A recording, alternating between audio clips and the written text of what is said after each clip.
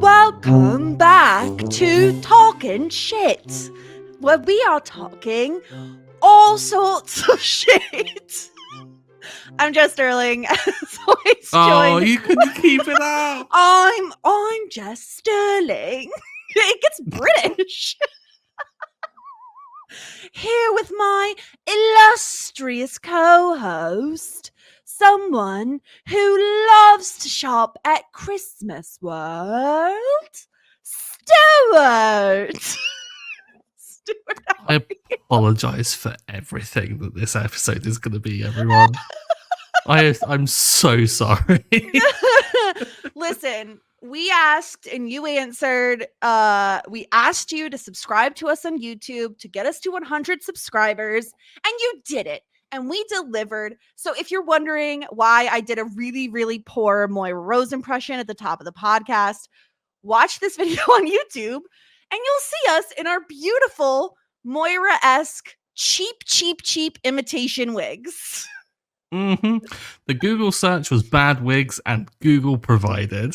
Yes.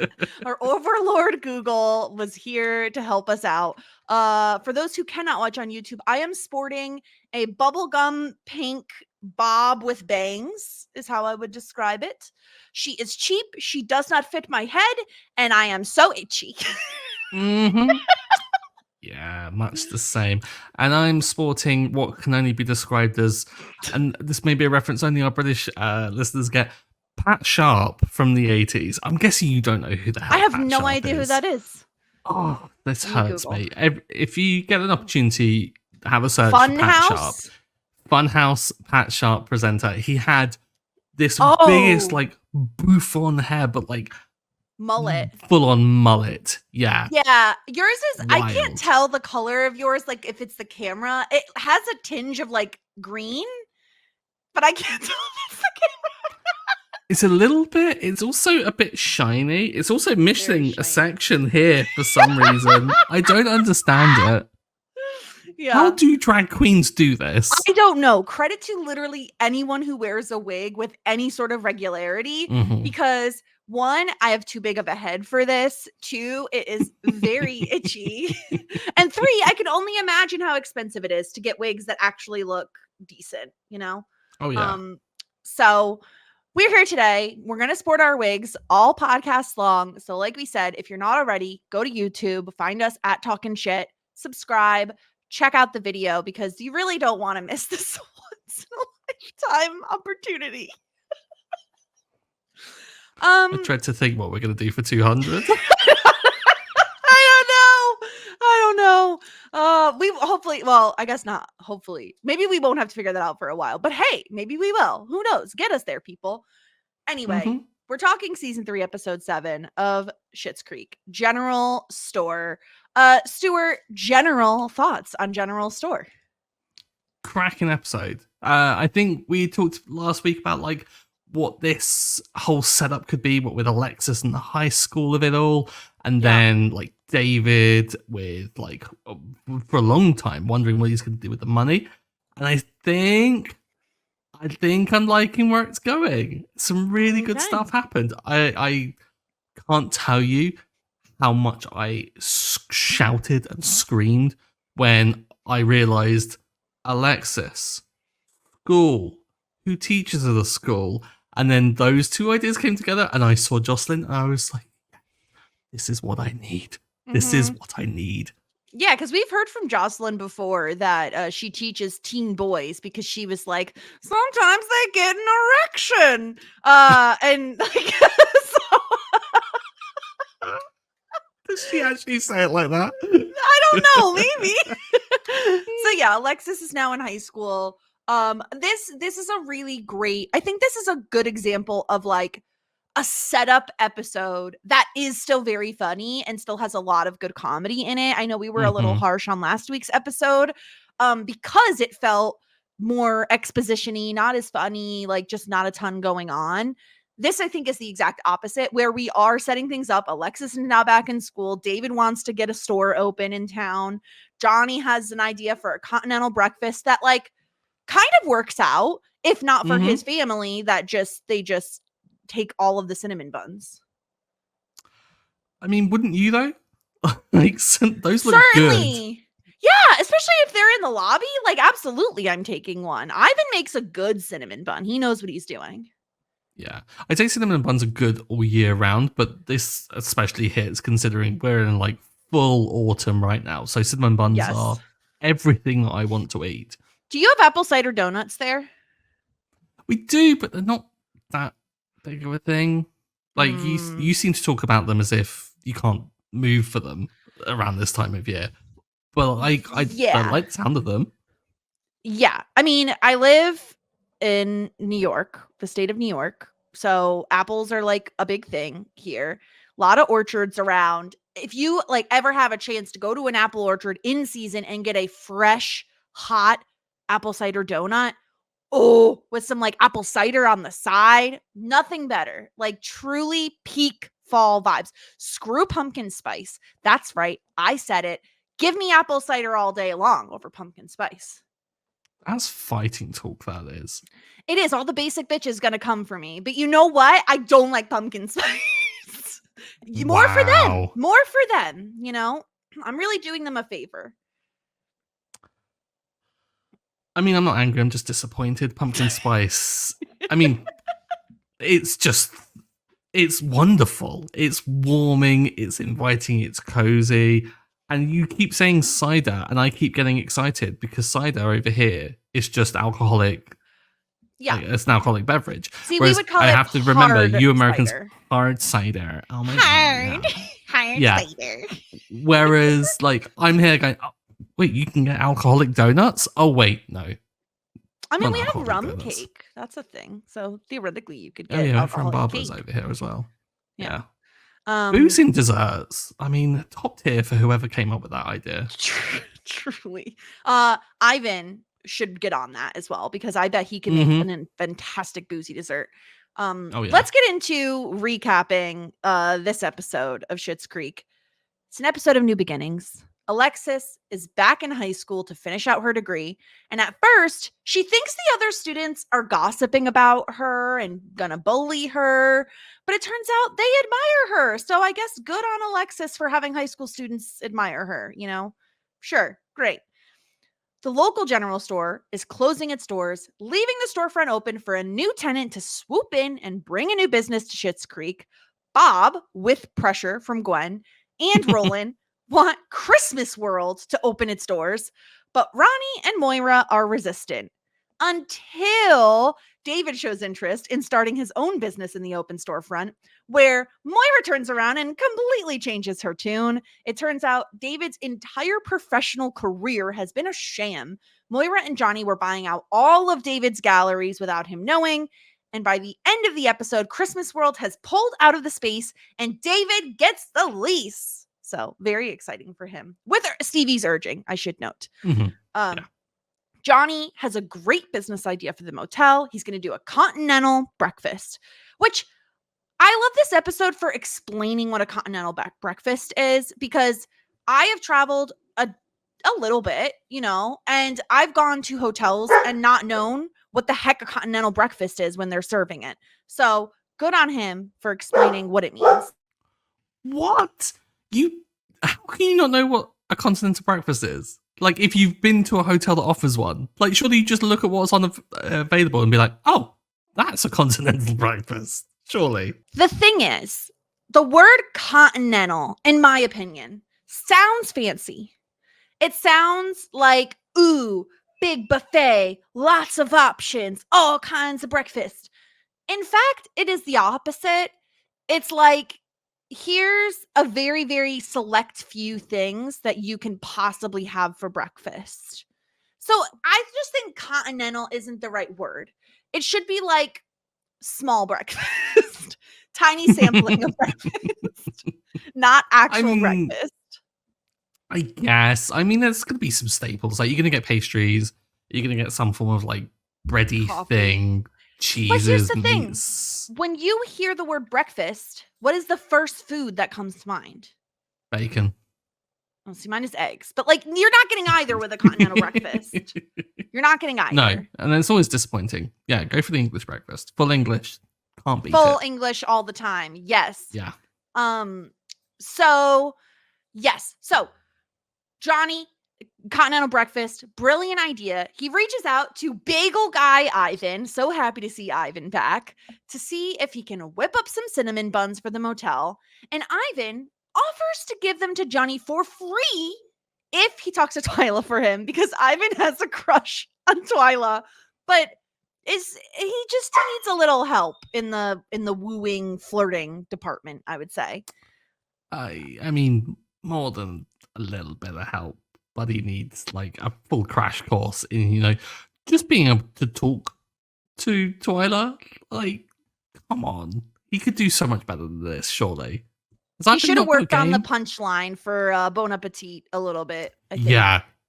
I mean, I can understand getting a bit nervous, but dude needs to, like, rehearse. If he's going to go in with a joke at the very least, like, surely get that stuff nailed down. Exactly. Ultimately, it all goes to hell in a handbasket when the Roses eat all the cinnamon buns that were supposed to be for the guests. And that's our episode of Schitt's Creek today.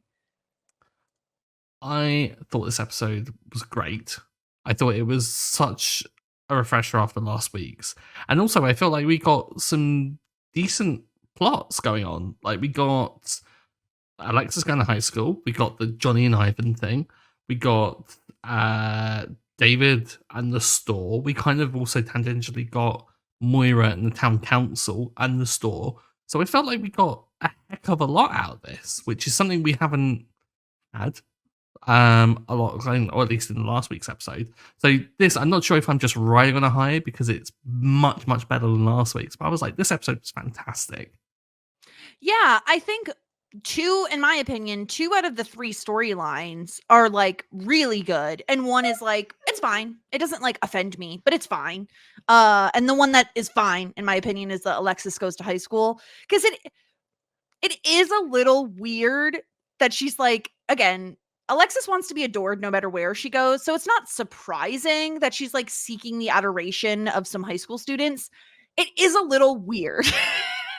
And maybe that's just me, where it's like, oh, like, you're gonna go have lunch with like high schoolers? Alexis, come on, you're a grown adult. Like, I think we've talked about this. What is she, like 25-ish? Like, stop it, Alexis. Like, you're better than that, girl. Yeah, but like, I think they did well in setting it up because they'd framed it from David and his getting bullying, and they didn't have to worry about that with Alexis because apparently she didn't turn up, which is great. She don't turn up, don't get bullied. So I think maybe there is that kind of just worry, especially like in the car journey over and they're talking about it. It's like, who does that? I loved that. I loved them being like, yeah, somebody did get bullied. And David's like, I wasn't bullied. And she's like, oh, poor dear. He doesn't even know he was bullied. So blissfully unaware. It was perfect. And it also makes so much sense that like these teenage girls would be like, oh, Alexis is so cool. Like, she's met Kirsten Dunst. Like, she's the coolest. It makes a lot of sense. I love Alexis like standing up in front of the class and being like, I would like each of you to tell me 5 things about yourself.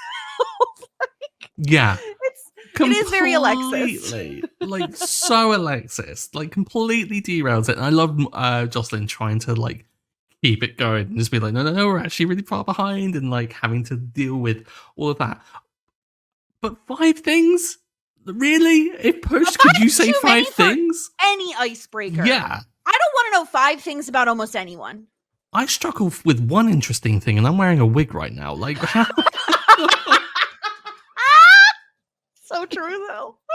So yeah, it's like, it wasn't that plot line didn't work for me. I just think it was more average than the other plot lines that I really enjoyed and thought they did such a good job with. Like, the fact that we have the general store closing, it's Stevie who's pushing David to open a business. I think not in a small part due to her kind of taking on her own new venture and like knowing that he needs someone to push him to do something with this like $40K that's sitting in the bank. Mm-hmm. So I love that from Stevie. And then I love David being like, David has the kind of confidence to do it because in his mind, his galleries were so successful. And getting the rug pulled out from under him by Moira and finding out like, no, we bought everything. Like we were the reason you were successful. Like that is a huge shock. How do you go from thinking, wow, I had such a successful business and on and on and on in New York City of all places, and then finding out, no, your mommy and daddy like were the ones responsible for your success? That's like awful. It's heartbreaking. Like to have your entire basis for something that you're proud of pulled away from you like that is horrible. And I was so upset in the moment. I was like, Moira, how did you do this? For one thing, you're not only like, with David finding out now, you're making David sad, which is awful, but you're also contributing to the world of Nepo babies and the entitlement that comes with that. And I hate it so much. But could David have been successful without that? Like he won't never know. We will never know. Yeah. Like neither will we. And it's awful because now it's just always going to be attributed to it. It's put such a sour taste in everything. And I think that were it not for, I think, David rightfully having a bit of self-confidence and having Stevie to back him up there with that bit towards the end, I think if this was anyone else, that this would decimate them. Like, I don't think many people would recover from that. I'd be like, if it happened to me, I'd be like, okay, I'm done. Like, I'm done. I'm just gonna live off this 40K forever. Yeah, it's totally rough, and it's because David does have an artistic eye. He is creative. Like that's what stinks. Is it's not like he's just any Joe Schmo who opened an art gallery and we don't know, obviously we didn't see it, but no, we know David's taste. We know what his style is like, so we can imagine what it was like. And he does have the right taste for it. And the fact that it's really quite sad to see how little Moira believes in him when she is at first very against Christmas World. I also love that her and Ronnie are on the same side. And I think if you were to be like, okay, which Schitt's Creek characters would be into Christmas World and which Schitt's Creek characters would be like, no, thank you, we don't want that in our town, I feel like the show got it right. Like Bob, with pressure from Gwen, is very pro Christmas World. You know that Roland and Jocelyn would spend so much time there. But I love that Ronnie is just like, I feel like Ronnie would be like, that's tacky. Like, no, like you're tacky and I hate you. Like that is Ronnie's vibe. And Moira being against it also makes sense. So it really sucks when very like suddenly Moira's like, yes, Christmas World sounds great. It's like, gosh, give David a chance. Like just believe in him for a second that he could do something, you know? Yeah, it's so I can't get over it. It's just so sad the way that like kind of Moira is in one way trying to be incredibly loving. Like she's doing it out of concern for him being kind of upset and disappointed, but it's just the worst way to go about it. Certainly agree with you on the whole way in which it kind of divides down between like Ronnie and Moira being initially against Christmas World. I thought Ronnie's attack on silver Christmas trees was I loved it. Tier. Yeah, I am not. Tier. Everyone is allowed to like whatever they like. You know, your style is your own. Okay. I can't with a silver Christmas tree. I can't even with tinsel. Tinsel, and if you love tinsel, Godspeed, more for you. I just think it looks so tacky, and I can't do tinsel. I will never do tinsel on my tree. Tinsel in the right application, like I think if you're leaning into the tacky element, tinsel can work. If that's what you're going for, it has to be in that vibe. Yeah, exactly.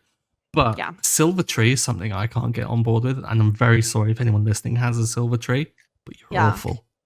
Like I if you want like a fun colored Christmas tree and that's your aesthetic and you're leaning in, Godspeed, all you. I prefer more of like I feel like I've talked about this on a podcast, but I don't care because we're almost to the holiday season. We're getting there. I went into Home Goods yesterday and they were clearancing their Halloween stuff. Christmas stuff was out. It's already implanted in my brain thanks to society. I have leaned into like the all white vibe for Christmas. Like I grew up, I feel like there's two families, right? a family that had colored lights on their tree, and there's the family that had white lights on their tree. I came from a colored lights household, so I was used to that my whole life. But recently, in the past like couple of years, I'm a white light girly. I think it looks elegant as fuck, and that's what I want in my just my Christmas tree to look elegant and pretty. It's so funny because completely the same colored lights family, well, and I'm yeah. like, I want white lights. I want warm white lights that are going to be kind of warm, neutral. specifically warm. Where do you stand on bulb flickering and presets and all of that stuff? So we have a fake tree that has it's a lot of options. You could do like white, you could do colored, you could do white that changes to colored, you could do blinking white.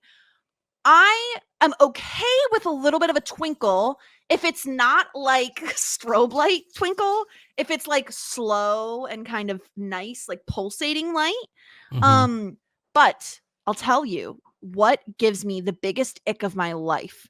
This is something that if I knew someone, I couldn't date someone, I couldn't do anything with someone if they were like, yeah, for my outdoor lights, I mix and match warm and cool white.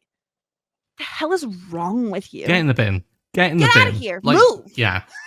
No, the mixing like temperatures of lights is the worst sin.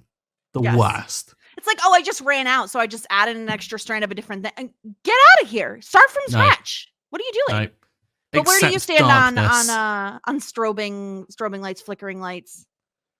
I hate all settings. I'm like, have it on or have it off. Don't even worry about like twinkling and like you all have this to stuff. full ass one thing, no half-assing. Because you're never going to please anyone, and so just have it on that, and it'll be nice and there. Also, I hate a bit whenever you've got like a TV and like peripheral, TV and a Christmas tree and peripheral vision, and you see it twinkling because it's always super distracting.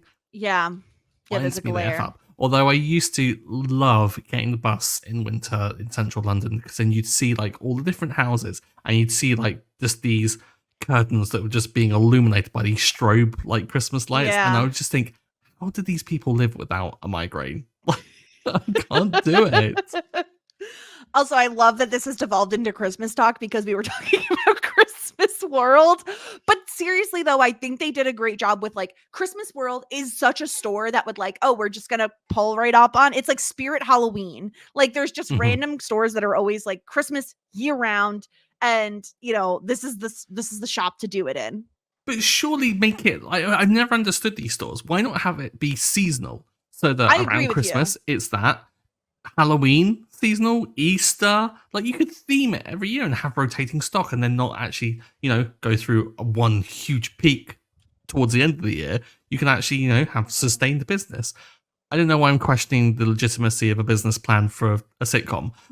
We have gone too far with this podcast. I know. Here's the thing, though. I agree with you, and I don't think it's just. I do not think it is just on the sitcom. I think this is a real life thing. There are stores, like there is a local shopping plaza that like occasionally there'll be a Spirit Halloween in there and then it disappears. And it's like, why isn't there a store that does change seasonally where it's like, okay, Halloween time. Nope. Now we're done with that. Now it's Christmas. Okay. Now we're done with that. Now it's like spring/Easter, whatever, non-denominational spring, whatever.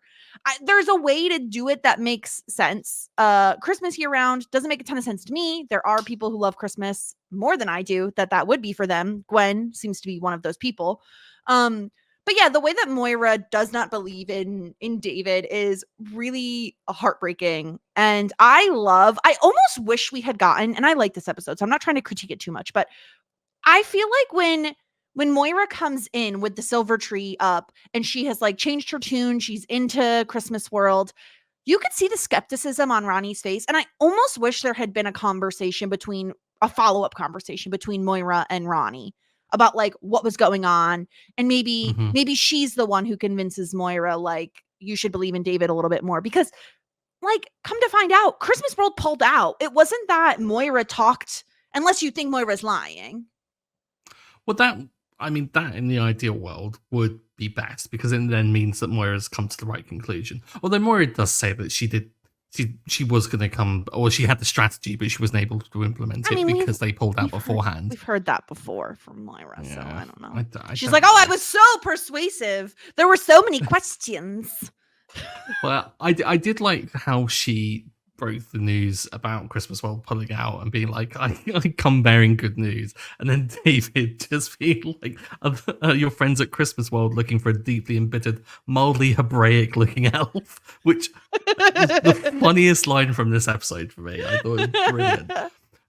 But this conversation that like came about, and she gets to admit that she was wrong in a way, and she did attempt or want to make amends, but circumstance managed to do it for them. So it's an easy thing to kind of get over. But I thought that this was a big thing just to kind of gloss over and get over. So, I mean, props to David for rolling with it. And I think probably, I mean, he knows what to expect with Moira. I think this is probably just another in many kind of disappointments in a family that's very unconventional. Sure, I do. I just also think it's like that's gonna stick with him for a minute. Like that is such a massive betrayal in like his past that he wasn't expecting, you know? I think his family has done a lot of things. I don't think he necessarily expected that a betrayal like that to come up. We obviously didn't see him discuss any of it with Johnny, but it does stink. But I am ultimately happy that David is like, you know, she's like, it's the lease is there if you want it. He seems to be moving forward with it. That made me very happy. And again, shouts to Stevie for even like pushing him to do it in the first place. Cause I don't think David ends up doing it if not for Stevie pushing him. Oh yeah, and I've been really complimentary about Stevie kind of stepping out and having her own storyline with Johnny recently. But it was nice to have a Stevie and David kind of moment. Yeah. I was like, yeah. And also like Stevie just having his back it's so great. Like their friendship is goals. I kind of love it. Good. And also like when they're walking around the general store and he's like, I don't want to hear you say the word fungal again. She goes, fungal. It's just she's always poking, and I love it. She skipped her breakfast and she's low on fungal cream. It's I mean, who hasn't been there? So Johnny, I think this is a great idea because it's something small, right? A continental breakfast doesn't have to be very big, as I complained about earlier. It's a bunch of a variety of pastries. He already has the connection with Ivan, so you might as well use that connection. Ivan is making muffins for the cafe, so he knows that he's like in the business of doing this sort of thing. And Ivan needs some help with wooing Twyla. So Johnny is really making out well here, where all he has to do is step in and kind of grease the wheels a little bit. You know, Ivan just needs to get his approach down. I think the problem is he's acting a little too aloof. I mean, a little too aloof. He just ignores Twyla. There's a point in media and in life where people who don't really have game are really endearing and it's really sweet and you kind of want to root for them. But there was a point where it just tipped over for a bit for me where I was like, Ivan, get it together, guy. Yeah. Come on. Bon appetit, Ivan. Bon appetit. It was a good joke if he had just gotten the punchline right. Like Twyla would have liked that joke if it was like the delivery was good. Yeah, like as shown with the amount of times that she's laughed at Johnny's jokes, Twyla is not averse to humoring people. Yes, exactly. But I mean, who can blame Ivan? Twyla is delightful. And I thought the fact that like he has a crush on her was really sweet, and the fact that he did the baking to try and talk to her, and like it wasn't like a bribe situation, it was just an excuse kind of thing, it's kind of sweet. It is, and I love that we're reusing Ivan from the Bob's Bagels episode. Yeah. I love that, like, he's confused. He's like, I don't make coffee. I just make coffee for myself. Like, I loved the entire confusion there and Johnny trying to, like, work all of this out. And I really love that at the end, the roses end up, of course, it always happens this way. It happened with the car. Now it's happening with the cinnamon buns. No one appreciates Johnny's hard work, and they all just eat all the cinnamon buns. I mean, as I said before, they looked really good. They were like thick buns. They had loads of icing on, and you don't want to serve guests day olds. Like, so you really don't. A cinnamon bun has to be fresh and like almost has to be warm, even to be enjoyable. Like, I don't know. I think if you're getting cold cinnamon bun, I don't think it's anywhere near as delicious. You're not gonna get a star if you give people day olds. Yeah, a single Yeah. star. Exactly. So I They do say think this as if, is there an actual system for the stars? I don't understand. Like, because everyone I like assume talks it was about like what's it called? What's the popular Yelp? Maybe it was Yelp. Do you have Yelp in the UK? Yelp. You You don't have mean we Yelp? got isn't that restaurants? Oh, is it not? Maybe it's Google reviews then. I don't know. I Is don't know. Yelp not also for motels? But like Maybe it's I just... thought there was like an official system. It's kind of like how Michelin give out stars for like food. Oh, But for hotels, I'm not sure if there's actually like an accrediting body. Although in the I don't film know. Dunstan Checks In, which have you seen Dunstan Checks In, Jess? Of course I have, and the fact that you're using that as a basis for like No, but in that there is like a hotel reviewer who film. can drop a star, which makes me think that I used to always think that there was, but I don't think there isn't an accrediting body now. But anyway, I always feel like it's like a Google thing where it's like if Google says they have 4 stars, then they're like, we have 4 stars, you know? oh, interesting. Okay. I don't know for sure, but I like this Gosh. idea from Johnny. I think it's not super expensive. It gets people to talk about the motel and give it a good review. It could be good business for Ivan if he ever wants to like go into the baking business full time. I think all around a really smart play by Johnny. And I really liked it because I feel like we talked about this a lot. Johnny has had a lot of losing moments, and to see him get a tiny, tiny win is very satisfying. It is, but it could have been better. Because hear me out. Mhm. Instead of a continental breakfast with cinnamon buns, picture this: bagel station with all the fillings that you could want Yes. every morning, with Bob's Bagels supplied. Not only are you Bob's supplying the Bagels. hotel, you're setting up a business and you've got your first customer. I think the problem is God, I'm Johnny's so good already at business. invested all his time into the motel. I don't think he has time to set up Bob's Bagels. And I think the thing Johnny does not want is to be in business with Bob. Probably wise. I feel like we're seeing the wheels come off Bob at the moment. Like his whole desperation and also being very kind of whipped by Gwen with this whole Christmas world thing was so funny. Here's my one critique of like the show / Bob. We hear a lot about Gwen and her preferences and like, you know, oh, she needs this and that and she wants Christmas World. I want to see more of Gwen. We've only seen her in like that one episode where Moira and Johnny boink in the cabin. Like, where's Gwen? Let Gwen charge in and be like, I want Christmas World. Like, come on, where's Gwen? I don't know why. The way you kind of talked about that made me think that she was like this oil baron's wife that came in with a fur and just demands things. I want it now. Yeah, just like that. I think I do like it though. I think it's very funny because he's like, "Oh, that's Gwen calling now. Here are the good news." Like, what did he say? He said something like, "Gwen said, get Christmas World in there or don't come home." That's such a severe reaction. If I didn't get it past, I shouldn't come home. And he kind of nervously laughs and he goes, "I shouldn't come home." And he almost sounds like he's about to start sobbing. So sad. It's so funny. So yeah, I think this storyline worked really well for me. I think it involves like a previous character who was really like, it was blink and you miss him, but it was fun to have him back. It involves Johnny like actually scoring something good. And of course the roses kind of ruining it for him. What else is new, you know? Anything else we missed from this episode, Stuart, before we get into feedback? I thought Roland was top form of being Roland. Like, just you don't turn down Christmas World, tourist dollars. The stupid line of that. I thought the fact that he was for it made total sense. I think we touched on it earlier, like we talked about the alignment of it all. I think it totally, world building wise, I think it totally makes sense that Roland would be up for it. Jocelyn too. Where do you think they get all their ornaments from? Yeah. They would be so down for that tat. They get a custom ornament every year of like, have you seen those ornaments where it's like you have the people on them and then it has like your names written on them and it's like, oh, this is us fishing, this is us doing whatever. I guarantee they get one every year. They definitely have a nude cribbage ornament for sure. Wow. Okay, that's a choice. I was thinking snow globes with like little images inside.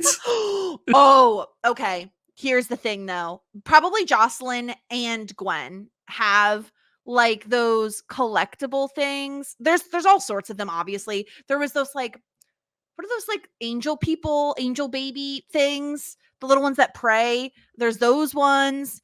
There's I'm blanking on the name. There are these statue things that people can collect, and they're wooden and they don't have faces, which is what creeps me out the most about them.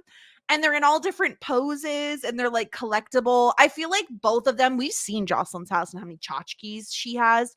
I feel like both of them would be the people that like go to Hallmark on the day that those things arrive, whatever the yearly thing is that comes out, and goes and gets it.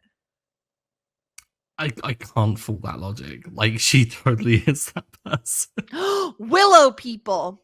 That's what they're called. People. Willow. They're called Willow. They're called Willow Tree figurines, and there's all different ones, and they're so creepy to me because they don't have faces. And that is something I will be avoiding forever. Thanks for that. I'm really bothered. I can't remember the other one. But it's like these little peace people. I don't know what. Oh, okay. Okay. I'm looking at images now. They're a little bit creepy, like, but they're not that. It's just not for me. I'm not a collectible tchotchke person. Jocelyn is. We know what she does with those tchotchkes. Yeah, right up his butt. Thank you for just full on telling the people exactly what she does. They know. They all know. They know what she does. And if you don't, go all the way back to, I think it's like episode 3 of season 1. Really early on, we talked about it. Yeah. Oh my gosh. Okay. Let's get into our feedback here. We heard from Jared, who said, for better or worse, I'm with David on the quality of the general store. I appreciate cheap stores and want to support them, but something about the way that they haphazardly put food next to things that food shouldn't be next to just grosses me out, even though the food is all sealed. How do you feel about this, Stuart? There are certain shops that shouldn't do certain things. And I feel that some of these shops, they do fresh food and they shouldn't do fresh food. Like, I don't trust it one bit. I used to have a shop really close to my home that my friend once stopped by, and he grabbed a sandwich from, and he got a chicken sandwich, and it was the whitest thing ever. It was like really kind of bleached white bread, and like the chicken was white. Bit into it, bright pink. Just stick to what you're good at. Just stick to what you're good at. Like, do one thing and do one thing well. Don't do lots of things really badly. I kind of hate it when they kind of mix all this stuff up. But you do get the occasional great bargain, which is the only one good thing about this. Yeah. There's a place near my friends that we call the Cave of Wonders, because when we go in, we find stuff that I swear has been there since the 1980s. Like, we found... do you have slush puppies over there? Like the little... like icy drinks where slushies, it's just crushed ice. Yeah. It was a soft drink, but with those syrups, like, as the flavors, which is just nuclear in design. I don't know what that's really going to do to my gastrointestinal system. Yeah. Yeah. No. I hate to support big business, but like, I'd rather go to somewhere big that I can kind of rely on a little bit better. I mean, I think the thing that would gross me out isn't necessarily like the packaged food, right? Like, cereal is sealed up. Yeah. It's not going to get contaminated. It's like the fresh food that I'm like dubious on, like a sandwich, a burger, that sort of thing. Mm-hmm. I've had an occasional convenience store like burger or slice of pizza. Sometimes you just have to do it. You know, it's what's there. You got to do it. Slice of pizza? Wow. They have the rotating thing. Strange. You can get really gross food in America. Like, if you want, you can get it. You know, so if you want to be a dumpster, it's here for this. I don't doubt that. When I saw that there were hot dogs on sale in the petrol garage, I was so shocked. I was like, what? Hot dogs? But now we get them over here because we copy you, apparently. It's disgusting. Certainly. Yeah, it's certainly pretty gross. I don't know. That general store seems like there's a place around the corner from us that's a convenience store, and like, we'll run it. It's like, we ran out of milk, but we don't feel like going to the full grocery store. I'll just run over there and get it. And actually, it's called Stewart's. It's not spelled the way your name is, though. So it's wrong. But yes. But yeah, I don't disagree with what Jared is saying. It's just more of like, if it's fresh food, I'm like, ooh, I don't know. Mm-hmm. We also got an email from Shannon. When you asked who would win Schitt's Creek Survivor, I immediately thought it would be Jake, obviously. But Ronnie is a great choice too, so I'm not as sure about Jake. I don't think the character to be named later is shrewd enough. That is the one that I think would win. He couldn't handle Ronnie at all when challenged. And you're getting to the part of the show where I always start my rewatches, and I'm so excited. So, who is this character? you'll I feel like there is see. an elephant in the room that everyone keeps talking about. Like in the Discord, people have been talking, they've been tagging this episode that I have watched, and they're still saying no Stuart. Yeah. And it's making me paranoid. I feel like there is a big secret. Does It's someone Ivan. die? It's Ivan. No, there's Like, what? there's very exciting stuff on the horizon. I think people are just like really, really pumped about it. I'd be surprised if you didn't at least tangentially know of this character's existence. I'd be a little surprised. Like I know there's like a ton of stuff you're not spoiled on. I think when there's a big character that gets introduced, even in pop culture, it's sometimes like difficult to avoid that sort of, information. So I'd be surprised if you'd never heard of this upcoming character. Obviously you haven't seen the show, so you haven't seen all the incredibleness from them. But yeah, it is on the horizon and it is very exciting. I've been waiting 3 seasons for us to get here. Oh wow. I mean, you say that like you'd be surprised. I'm not observant with stuff that I don't care about. And until we started this, I did not care about Schitt's Creek aside from which GIF was best to use. So That's fair. That's fair. maybe. We'll see. When this person arrives and we discuss them in a ton of detail, I will pester you with questions on like, did you know this? Did you know that? Because like Fantastic. I said, for Schitt's Creek, most of the characters are there from the beginning. So this isn't a matter of like, oh, and then this isn't a, oh God, I was going to reference Parks and Rec again, but I just can't because someone hasn't seen it.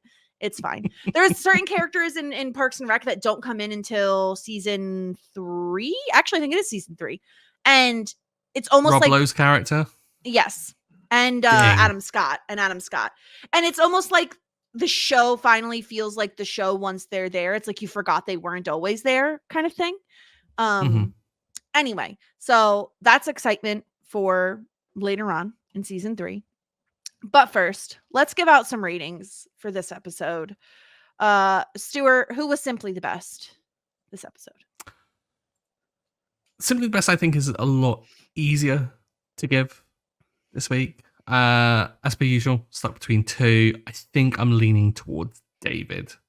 Okay. There's a fantastic podcast that I listen to called Tony and Ryan. It's 2 Australians and they are vulgar as anything, but they're wonderful and really hilarious. And they've got a mantra on there, which is start the effing blog. And David starts the effing blog. He gets on with a plan and starts it. And I'm loving that. I want to see how far this goes, and I want to see where this general score ends up. Okay. I had a similar thought. However, I do think I want to give someone else a little bit of credit as well. And I think I'm going to give my point to Stevie. Like, I do think David definitely earned the point, but I really loved Stevie being like a supportive friend who pushed him to do this. Because I think without her, I don't think he does it. And I just think, I don't know. I feel like I haven't given Stevie enough points throughout the series, and I feel like she's having a good season, and I want to give her a little point for that. So those are simply the best points. Let's move on to Disgruntled Pelican. I have something upsetting to do this week, and it is giving a Disgruntled Pelican point to Moira. And the thing is, she so deserves it. Like, not only did like this massive betrayal of like having, the Nepo baby of it all, and then also trying to get the Christmas world into the general store to like, quote unquote, protect David. Like, it's all just wrong. It's all wrong. And I don't like it. And I don't like it from Moira. And it makes me sad. And so I have to take a point away from her. And I feel bad doing so. This is a season of highs and lows for Moira. She has gotten points and she has gotten points taken away. And unfortunately, I have to continue that trend. Gosh, I hate it. Yeah. Hate it, Jess, when we're absolutely in tune with each other because, yeah, it's going to Moira. It's unforgivable. And I think not only for what happened, because I think equal credit for that could also go to Johnny, Sure. but she tells him. And Yeah. it's, oh, you And didn't it wigs him need out. to. Yeah. And also was mocking him, well, not mocking him, but like bringing up the bullying It's at the all beginning. bad. Oh, Yeah. it's just a very bad David and Moira episode in terms of like kind of them getting on and stuff. Yeah, she brings it back towards the end, but I think David would be well within his rights to give her the silent treatment at least for a bit. Like I feel that was, yeah, I think it was just, yeah, it was a really bad move. A really bad move, and I can't forgive it. I'm really sorry, Moira. I'm really sorry. Yeah. Even though we are wearing wigs to honor you. Yes. She's an incredible character. She's hysterical. I love her. It's not a great look for her. So unfortunately, we'll be taking points away from Moira this week. We will still honor her with our wigs. We don't have a wig to discuss this episode because she didn't wear one. So, you know, that's that. Did she? Did she wear one? I just realized that. Oh, you made a face and I was like, did I forgot to take a screenshot? No, I just realized that she's not even honoring us with a wig. Moira, I know. definitely and I've LVP. honored her with this bubblegum pink realness that she sported in much better fashion like 2 episodes ago. And me with this dead raccoon or whatever this is. Yeah, that's been spray painted. Yeah. Okay, let's talk about where this episode belongs on our tier list here. Do you have any idea, Stuart, where you want to put this? Certainly above last week's. That's base level. Yes. We definitely know it's above that. I think this is. I thought this was a really good episode. I thought that this was slightly above average for me, but I'm not sure if I'm looking at that like through a weird lens because of last week. What do you think? For me, it's easy to put it above Murder Mystery and to put it out of You, David, to begin with. I think we started and loved that journey for me. I feel like it has better plot progression and funnier moments than Thruple and Rooms by the Hour. Yeah, I don't think it's as good as Driving Test. I think Driving Test is better. I think it's funnier, and I love that. I still love that Alexis and David moment with Alexis just like smirking out the window. I would argue that it probably belongs at the top of Love That Journey for me because I think it's good, not great. I think is where I land. Like I like it. I think it's funny. I think it has plot progression. Doesn't necessarily have the like warm and fuzzy vibes necessarily. Like there's a Stevie moment where she suggests it, but it's more humor than it is warm fuzzy. What do you think? Do you like it and Love That Journey for me, or would you bump it to Full Bouquet? No, I completely agree. I think this certainly suits it being in there. It was funny enough, you mentioned the whole David and Alexis moment in the car and that kind of bonding moment and the kind of the look away and smile that Alexis had. That for me cemented that this episode wasn't up to that par. So yeah, I think it's certainly much, much better than both Rooms by the Hour and the Thruple, but certainly not as good as Driving Test. So yeah, keep it in this tier. All right, great. We got Love That Journey for me. Perfect. And we get to use the soundbite. I love when it lands in a Love That Journey for me and we get to use the soundbite. So that's it for that episode. Stuart, would you like to hear the title of season 3, episode 8? Indeed. Motel Review.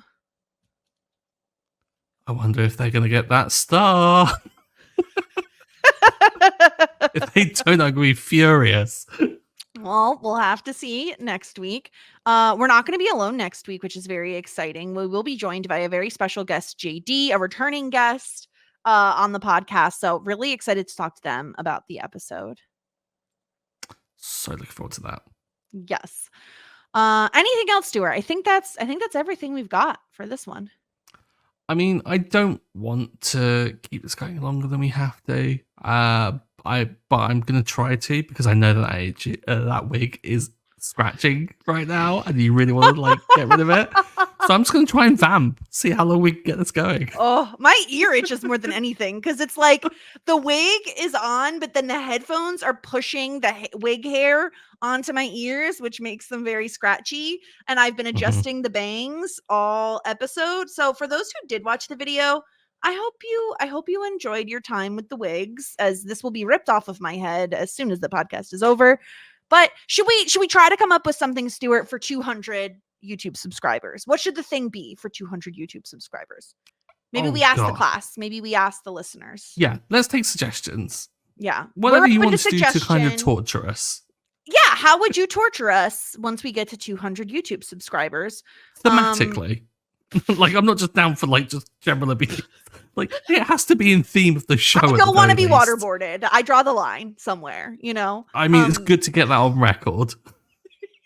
Let's just throw it out there. That is at least one line I have drawn. So let us know what you think. Of course, send us in a 5-star review. If you do, we will read it on the podcast. We greatly appreciate anyone who listens. And thank you all for getting us to 100 YouTube subscribers. It's maybe a small number, but it's triple digits and it means a lot to us. So thank you so much. Don't forget to send in any feedback you have, podcast@talkinshit.com. Follow us on all the social medias at Talkin' Shit. You know where to find us. I'm at the Jess Sterling. Stuart's at Stuart Drinks Tea. We'll be back next week with Motel Review. And until then, everyone, warmest regards. And best wishes. Tweet us on Facebook or leave us a review and you say, yeah, okay, I think I will.